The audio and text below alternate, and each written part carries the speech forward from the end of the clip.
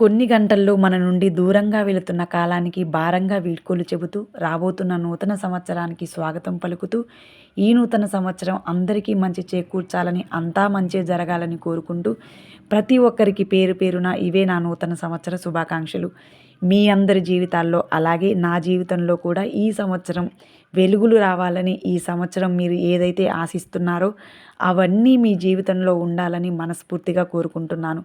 మనిషి పుట్టిన దగ్గర నుండి మరణించేంత వరకు కాలచక్రం ఎక్కడా ఆగదు. దాని పని అది చేస్తూనే ఉంటుంది. ప్రతిరోజు, వారం, నెల, సంవత్సరం ఇలా కాలం కరిగిపోతూనే ఉంటుంది. కానీ కరిగిపోతున్న కాలంలో మనం ఏదో జ్ఞాపకాలను మిగిల్చుకొని వాటిని మరలా మరలా గుర్తు చేసుకొని వాటిని తలుచుకొని అదే జీవితంలా బ్రతకకూడదు.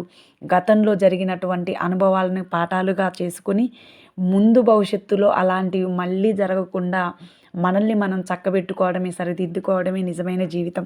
ఏ సంవత్సరంకి ఆ సంవత్సరం అలా వెళ్ళిపోతూనే ఉంటుంది. కానీ మనలో మార్పు అనేది రాకపోతే, మనల్ని మనం తెలుసుకోకపోతే ఎలాంటి ప్రయోజనము ఉండదు. అందుకే గడిచిన కాలంలో ప్రతి అనుభవం మనం ఇప్పుడు కూడా ఒక పాఠంగా తీసుకోవాలి. ఇంతకుముందు మన జీవితంలో ఒక మంచి గైడ్ లేడనుకోండి, ఈసారి ఖచ్చితంగా చాలా పర్ఫెక్ట్గా మీ సలహాదారుని ఎంచుకోండి. గతంలో మీ ఆరోగ్యంపై శ్రద్ధ లేదనుకోండి, ఈసారి బాగా శ్రద్ధ వహించండి. ఇంతకుముందు వైఫ్ అండ్ హస్బెండ్ రిలేషన్ సరిగా లేదా, తరచూ పోట్లాడుకునేవారైతే ఈసారి కూర్చొని మాట్లాడి సరిదిద్దుకోండి.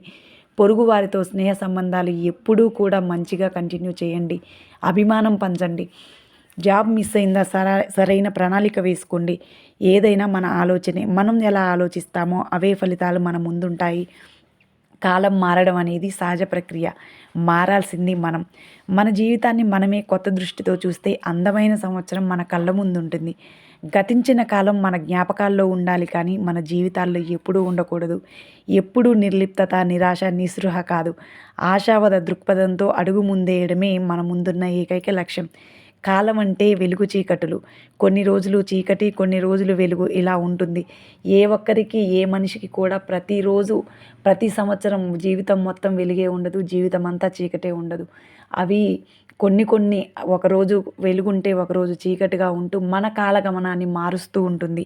అందుకే ఈ రెండింటిని సమన్వయం చేసుకుంటూ మన జీవితాల్లో ఎప్పుడూ వెలుగులే ఉండాలని కోరుకుంటాము. కానీ అది ఒకవేళ లేకపోయినా చీకటిని కూడా మన జీవితంలో భాగం చేసుకుని అవి వచ్చినప్పుడు కూడా మన జీవితాన్ని ఎలా మలుచుకోవాలి, వాటి నుండి మనం ఎలా ఆ సమస్యల నుండి, ఆ చీకటిని ఎలా తొలగించుకోవాలి, సమస్యల నుండి ఎలా బయటపడాలని